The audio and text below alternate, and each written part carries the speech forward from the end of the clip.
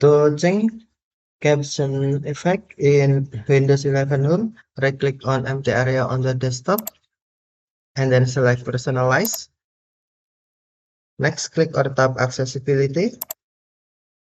Scroll to the Accessibility screen, find Captions, and then click or tap Captions.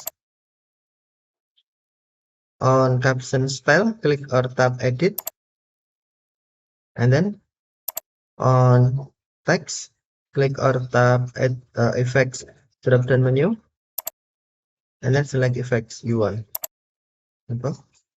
And then you can see preview in theme preview.